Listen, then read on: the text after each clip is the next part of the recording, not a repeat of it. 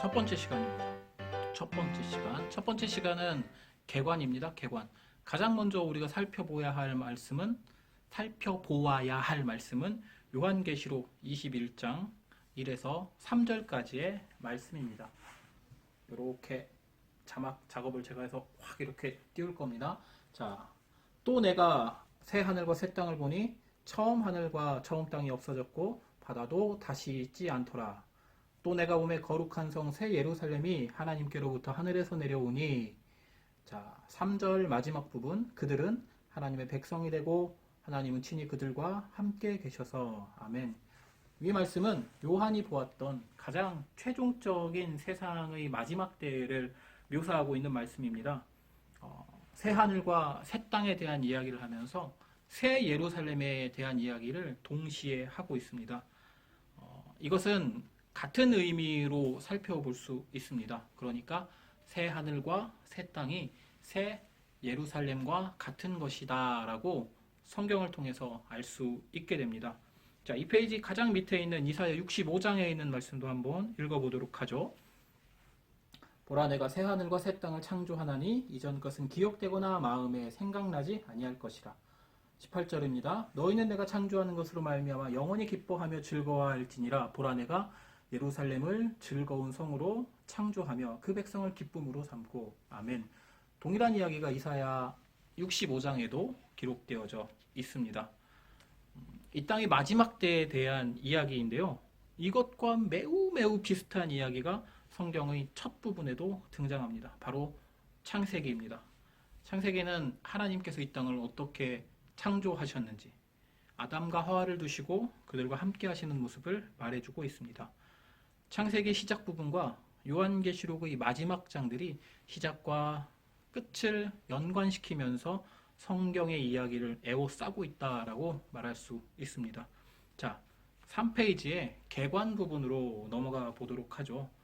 창세기에 있는 앞에 있는 내용들은 이 땅이 하나님이 거주하실 장소가 될 것이다 라고 이야기합니다. 그러나 이러한 기대는 아담과 하와의 불순종 때문에 하나님의 임재로부터, 동산으로부터 쫓겨나면서 산산조각 나 버렸습니다. 그 이후의 사람들은 이 땅을 계속 살아가는 동안에 하나님의 임재는 에덴 동산이 아닌 하늘과 연결되게 되어집니다.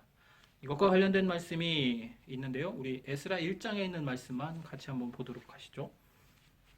바사왕 고레스는 말하노니 하늘의 하나님 여호와께서 세상 모든 날을 내게 주셨고 라고 하면서 고레스는 하나님을 하늘에 계신 분이다 라고 이야기하고 있습니다.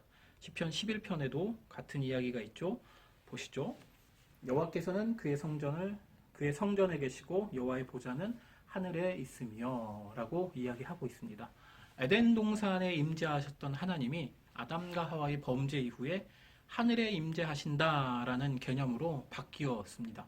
물론 하나님은 어디든지 다 계시는 분이시지만 사람들이 볼 때 하나님은 동산에 거니시던 하나님은 이제 하늘로 올라가셨구나라고 생각하게 되었습니다.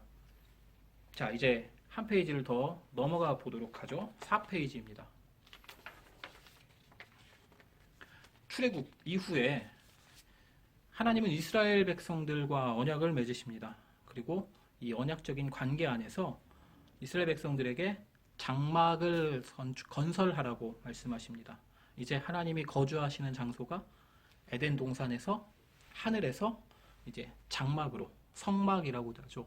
성막으로 옮겨가게 됩니다. 그 이후에 이스라엘이 처음으로 가나안 땅에 정착한 지 얼마 되지 않아서 솔로몬에 의해서 성전이 건축되어집니다. 이 성전으로 하나님께서 임재하시는 장소가 변하게 된 것이죠. 에덴 동산에서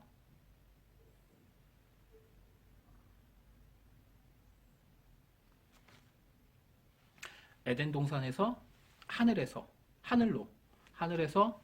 성막으로, 또 솔로몬이 만든 성전으로, 이렇게 하나님이 계신다라고 사람들이 생각하고 있는 장소가 계속 변해왔습니다. 그리고 주전 586년에 바벨론 성전이 무너지고 예루살렘 성벽이 파괴되었을 때, 그 이후에 70년이 지난 이후에 페르시아의 왕 고레스가 이스라엘 백성들을 다시 자신들의 고향으로 돌아가게 해서 성전과 성벽을 건축하게 했습니다.